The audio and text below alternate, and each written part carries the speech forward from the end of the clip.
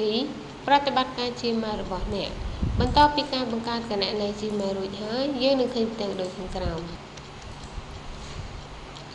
ដើម្បីផ្ដល់លក្ខណៈកាន់តែងាយស្រួលទៀតនោះ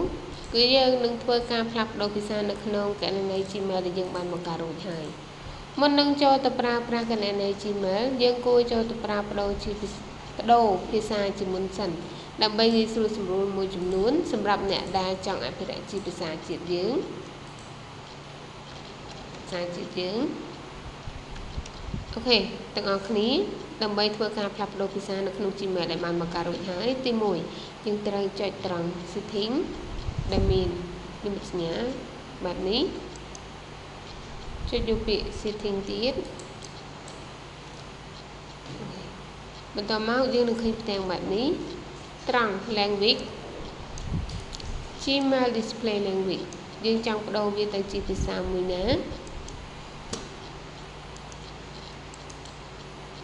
នៅក្នុងនោះមានភាសាច្រើនអាចទាញ scroll bar ចុះទៅខាងក្រោមជ្រើសរើសភាសាណាមួយដែលយើងចង់ផ្លាស់ប្ដូរអញ្ចឹងខ្ញុំចង់បដូរទៅជាភាសាខ្មែរចុចលើភាសាខ្មែរแบบนี้អូខេទាញ scroll មកខាងscroll bar ខាងស្ដាំទាញចុះមកខាងក្រោមហើយយើងស្វែងរកពាក្យថា save change ចុច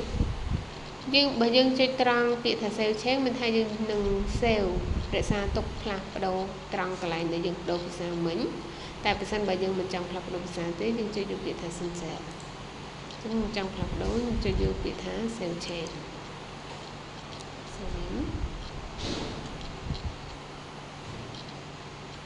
អូខេយើងចេញបែបនេះឃើញនេះអ្វីដែលយើងចង់ផ្លាស់ប្ដូរវានឹងផ្លាស់ប្ដូរទៅជាភាសាខ្មែរដោយជោគជ័យចា៎សូមអរគុណ